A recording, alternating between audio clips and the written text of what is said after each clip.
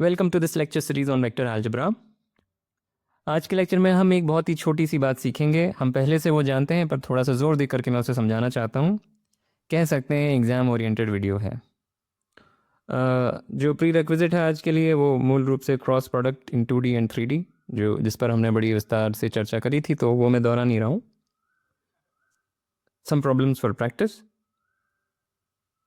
And now let us get started. तो जो बात हम सीख चुके हैं पहले कि अगर हमारे पास दो वेक्टर्स दिए हैं ए और बी, चाहे 2D में या 3D में, तो वो लीनियरली डिपेंडेंट तब और केवल तब हैं जब उनका क्रॉस प्रोडक्ट ज़ीरो है। सो हियर जब मैं ज़ीरो लिख रहा हूँ तो अगर हम 2D में चल रहे हैं तो हमें सिंपली न्यूमेरिकल ज़ीरो लिखना है, और अगर 3D में बात हो रही है तो वेक्टोरियल ज़ीरो लिखना पड़ेगा। इसलिए मैं इसको शब्दों में ही लिख देता हूँ, ए क्रॉस बी इज़ ज़ीरो लिख देता हूँ, is zero depending on 2D और 3D, क्योंकि जब 2D वेक्टर्स की बात हुई थी तो हमने क्रॉस प्रोडक्ट को एक स्केलर के तौर पर डिफाइन किया था, और जब 3D वेक्टर्स की बात हुई थी तो क्रॉस प्रोडक्ट एक वेक्टर के तौर पर डिफाइन हुआ था। इस वजह से थोड़ा सा वो बस नोटेशनल इनकन्सिस्टेंसी वहाँ पे आ जाएगी, पर ठीक है, बात हम जानते हैं।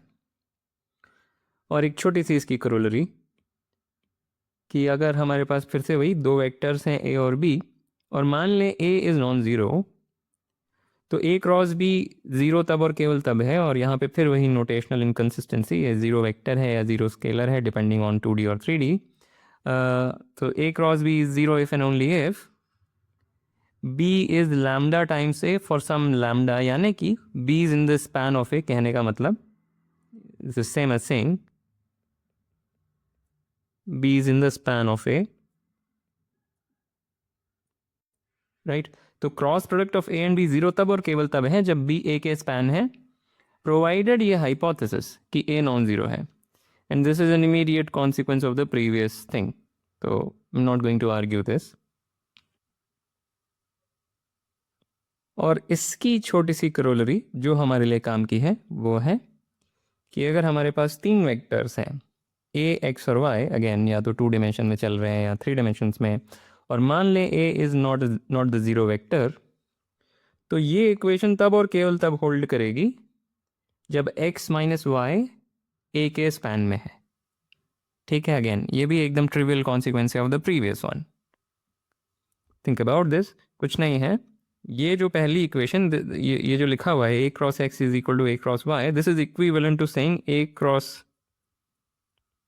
X minus y is zero. वही ज़ीरो वेक्टर या zero scalar depending on 2D और 3D। तो ये इसके इक्विवेलेंट है और ये इसके इक्विवेलेंट है by the previous one, as simple as that. तो कुछ इसमें हो नहीं रहा है विशेष, पर ये काम का है। ये अगेन जैसे मैंने बोला कि ये थोड़ा सा एग्ज़ाम ओरिएंटेड वीडियो है। जो MCQs आते हैं एग्ज़ाम्स में उसमें ये समय बचा देगा, बस और कुछ नहीं।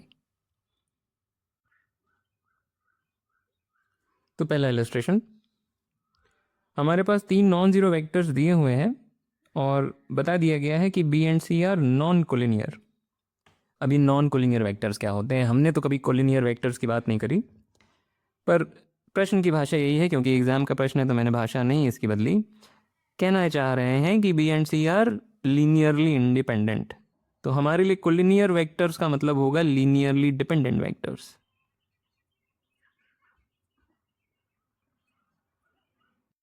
ठीक है, तो नॉन कोलिनियर वेक्टर्स का मतलब हो गया लीनियरली इंडिपेंडेंट वेक्टर्स। तो हमें बस इतना दे दिया गया है कि B and C are linearly independent, और फिर कुछ और डेटा है कि ये जो वेक्टर है ये लीनियरली डिपेंडेंट है सी के साथ, और ये जो वेक्टर है वो लीनियरली डिपेंडेंट है ए के साथ,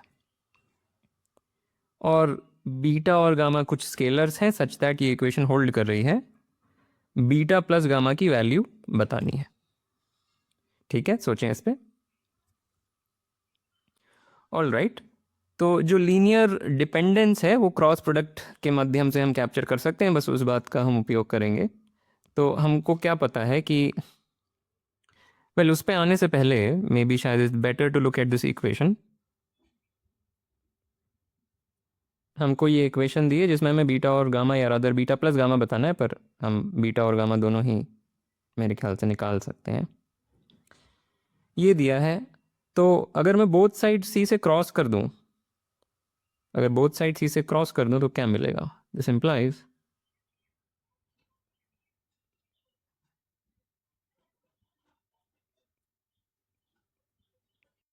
ये किया क्यों? क्योंकि फिर हमें बीटा में इक्वेशन मिल जाएगी, तो बीटा की वैल्यू सॉर्ट ऑफ हम शायद वहाँ से निकाल सकें, देखते हैं। तो बोथ साइड अगर क्रॉस करेंगे तो ए क्रॉस सी मिलेगा, बी क्रॉस सी मिलेगा, और ये वाला टर्म तो खत्म हो जाएगा क्योंकि c cross C is zero, similarly this is zero. तो इससे हमें मिला कि a cross c plus beta b cross C is zero. ठीक है, सिमिलरली अगर हम बी से क्रॉस करते, यहाँ पे सी से क्रॉस करने के बजाय बी से क्रॉस करते, तो हमें गामा में एक इक्वेशन मिल जाती। तो similarly A cross B plus gamma C cross B is zero. ठीक है, अनक्लियर कि इससे क्या हम बीटा और गामा के बारे में कुछ बोल सकते हैं, पर ये हमारे पास ये भी इंफॉर्मेशन है कि this is linearly dependent with C. और उसको हम कैसे कैप्चर करेंगे? हम उसे एग्जैक्टली कैप्चर करेंगे अगेन क्रॉस प्रोडक्ट के माध्यम से। इन दोनों का क्रॉस प्रोडक्ट जीरो दिया हुआ है, एग्जैक्टली यही बात यहाँ बोली जा रही है, और इन दोनों का क्रॉस प्रोडक्ट जीरो जीरो दिया हुआ है, वो बात यहाँ बोली जा रही है। सो वी नो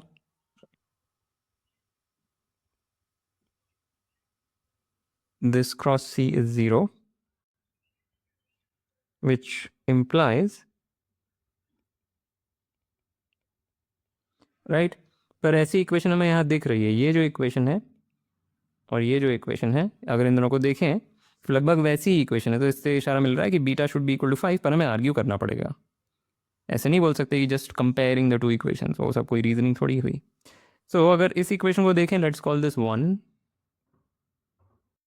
इस वाले को हम 2 बोलेंगे, और इसको 3 बोल दें। तो 1 और 3 को अगर देखें और सब्ट्रैक्ट करें, सब्ट्रैक्ट करने पर आएगा दिस इज 0। पर अब हम ये फैक्ट यूज करेंगे कि बी और सी लीनियरली इंडिपेंडेंट हैं, उस वजह से ये नॉन जीरो है, और उस वजह से बीटा 5 के बराबर है। जरूरी है यहाँ पे बोलना कि this is because B cross C is non zero. तो जो सारी इंफॉर्मेशन है लीनियर इंडिपेंडेंस डिपेंडेंस की, वो हम क्रॉस प्रोडक्ट में कन्वर्ट कर दे रहे हैं, बस वही बात है। राइट, बीटा की वैल्यू मिल गई, उसी तरीके से गामा की भी वैल्यू मिल जाएगी अगर हम ये वाली कंडीशन यूज करें। So you can finish the rest. All right, very easy. अगला इलस्ट्रेशन, हमारे पास 3 वेक्टर्स दिए हैं कंप्लीटली नोन। भाई अब आई कैप जे कैप के कैप का क्या मतलब होता है हमारे लिए? जो मतलब है वो है कि it's just some positively oriented orthonormal basis. Okay, और हमको क्या मालूम है? कोई एक वेक्टर p है such that this equation holds, और p डॉट ए 0 भी है, तो इसकी वैल्यू बतानी है। ऑल राइट, सोचें इस पर।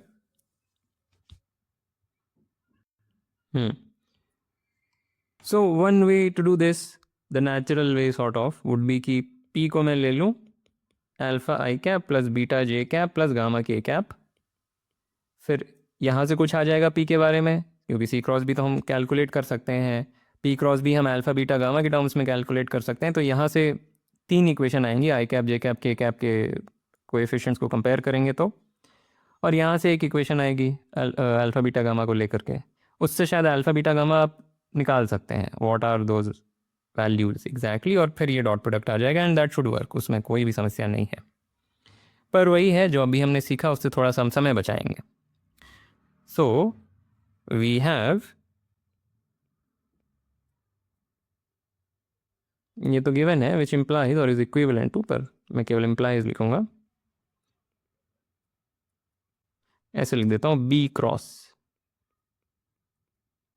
p minus C 0 clearly.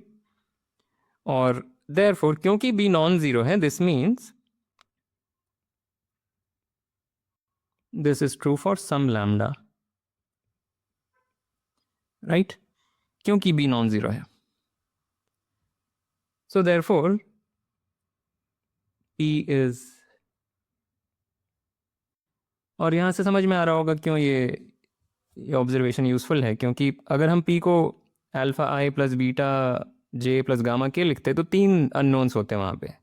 यहाँ पे पी को हम केवल एक अननोन के टर्म्स में एक्सप्रेस कर पा रहे हैं, तो काफ़ी काम बच गया। ठीक है, इसके बाद हमें दिया है पी डॉट ए 0, उससे हम लैम्डा की वैल्यू निकाल लेंगे, लैम्डा निकाल लेंगे तो पी निकाल लेंगे, तो फिर हम ये भी कैलकुलेट कर सकते हैं। मैं कर देता हूँ। So now P dot A 0 implies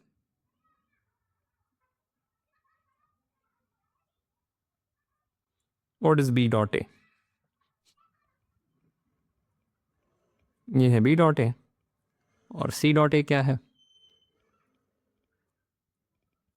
this is 0, this is -1, this is -8, so lambda is -8।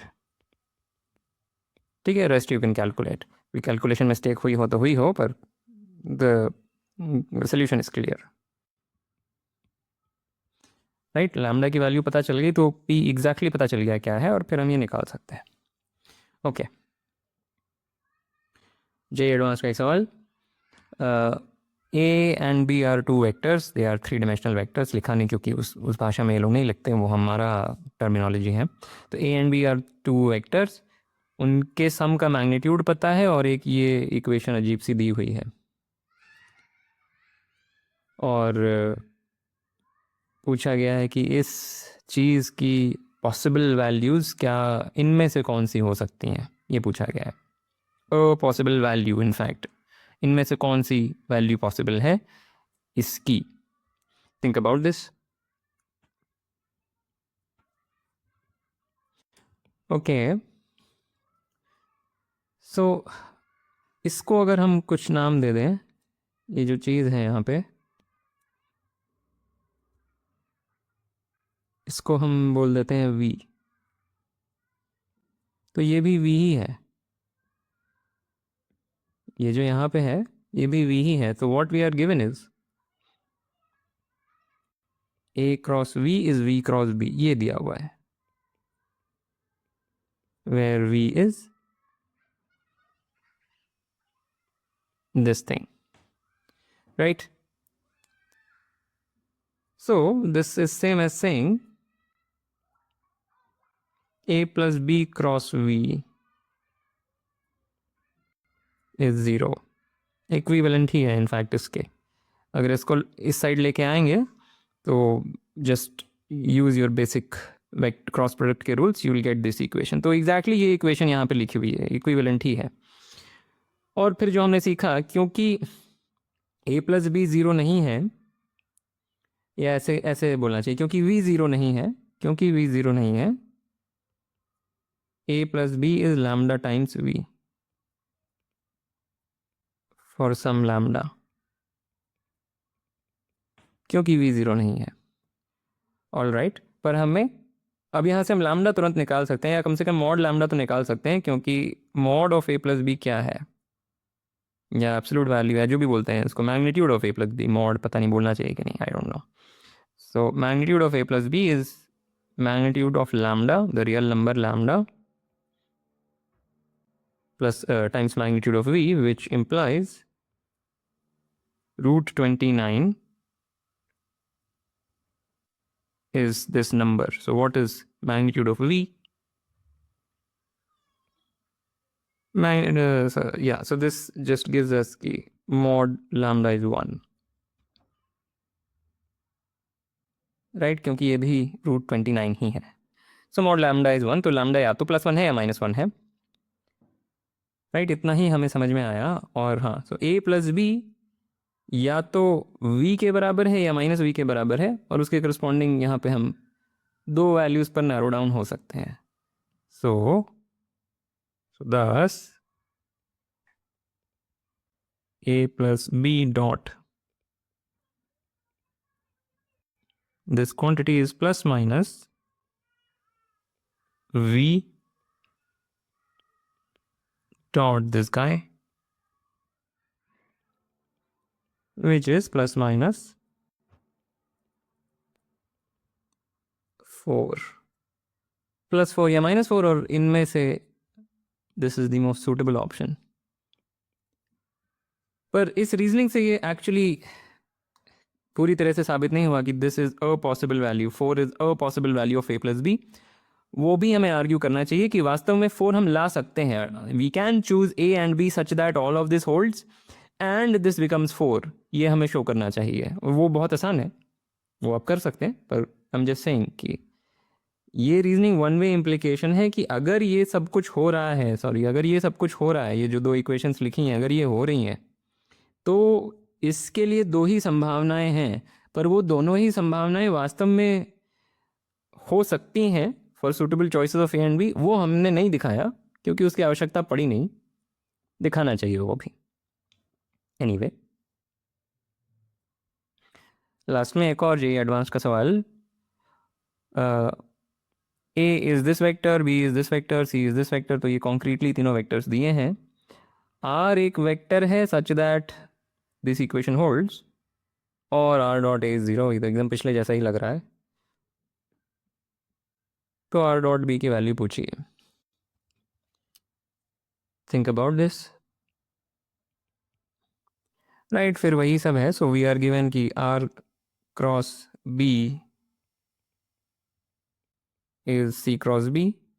अब हम आर को ले सकते थे alpha a cap, beta J cap, gamma के कैप, और कर सकते थे, पर उसमें समय लगता है। So this we will write as r cross b minus C.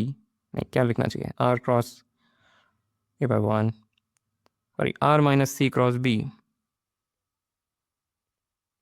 This is zero, which implies this is for some lambda, क्योंकि बी नॉन जीरो है। राइट, और वही बात एक पैरामीटर की टर्म्स में अब आर आ गया। अगर आर को आर्बिट्री अल्फा बीटा गामा, या alpha a cap beta gamma, whatever, beta J cap gamma के कैप लिखते तो तीन उसमें नोन्स थे, फिर ये सब करना पड़ता। This is much more convenient. Are dot a zero, उससे लैम्डा मिल जाएगा, लैम्डा मिल जाएगा तो आर डॉट बी मिल जाएगा। Okay, so r dot a zero है। This implies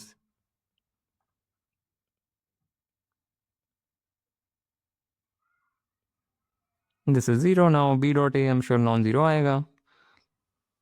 b dot a is non-zero indeed, it's actually 1. So now you can find lambda. Lambda यहाँ से मिल जाएगा तो r मिल जाएगा, r मिल जाएगा तो r dot b मिल जाएगा। That's it. Alright, so with that I want to end this lecture. As usual, like, comment, share, subscribe, and I will see you next time.